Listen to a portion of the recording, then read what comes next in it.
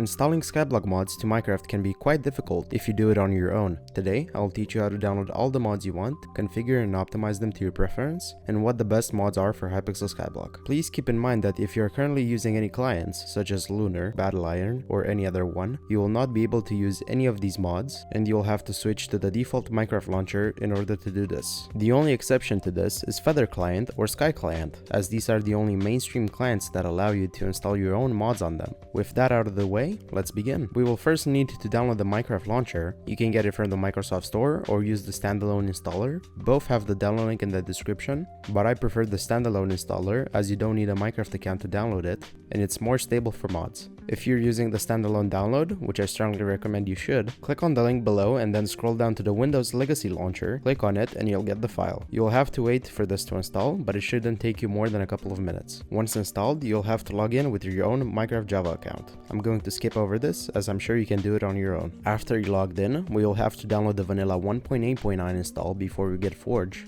So let's click right here on the installations button, and then we will click on the new installations over here, and the create new installation page will open. Select the release 1.8.9 in this list, and you can name it however you want. I'll just type in 1.8.9 vanilla and click on create. After this, go back to the play section and select our new profile and click play. This will download the vanilla 1.8.9 files, which we will use to install Forge with. Now we will wait for the game to boot, and once it loads and starts up, you can now close it. Now that we got that out of the way, you'll have to download Java in order to continue. The download link is in the description. Just click on it and you'll be taken to this page where you need to select the Windows offline installer, as this will work the best. After that, click on it once it's downloaded and install it. After the Java install finished, we're going to go to the Forge download and click on the download recommended button. Make sure to click the skip button on the top right and we'll get our jar file. If Java was installed correctly, when you click on it, this menu should pop up. If you didn't modify your Minecraft install folder, just leave this as is and make sure the install client option is selected. Now we're going to click install. This should be finished in a couple of seconds, and now we're almost ready to install mods. Open up the Minecraft launcher, and if you did every step correctly, you will now see the Forge profile that was created. Select it, press play, and wait for Forge to load. After the initial boot, we can now close the game, and we're ready to install our mods. The mods directory will be in the Minecraft installation folder. If you didn't change it from the default one, type %appdata% in the Windows search and press enter on the first one. Now go to the .minecraft folder and then click on mods. This is where you want to store your .jar files that you download as mods. You don't want to click on them, just move them in this folder. There isn't a limit on how many mods you can run, but your PC might struggle if you pick too many mods.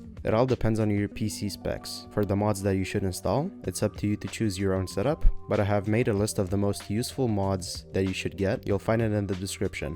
You should think about your PC before you install all of them. If you have a low-end setup, you will lag with too many mods installed. I suggest you get the game optimization ones, as they will increase your FPS. Then install the ones that will help you in whatever you like to do in Skyblock. For me, I usually farm a lot, and I use Sky Honey, which is the best mod when it comes to farming, and Patcher for its 1.12 farming hitboxes, as this mod makes the hitboxes the same as the newer version ones, making farming possible on 1.8.9. And the disabled breaking particles, which improves performance and makes farming better. If you're a dungeons player, you might like the dungeon rooms mod, which places waypoints for every secret when you're in a dungeon. Or if you're a bazaar flipper, Bazaar Notifier is your mod, as it keeps track of the best margin items, price stats, and much more helpful info. I could go on all day about every mod that exists, but you should take the time and look through the feature lists of the mods listed down below and pick whatever you need. If you still want to use my mod setup, which I'm really comfortable with as I've been calibrating these settings for a year or so, you have my configs/in-depth mod list in my Discord server and the FAQ channel.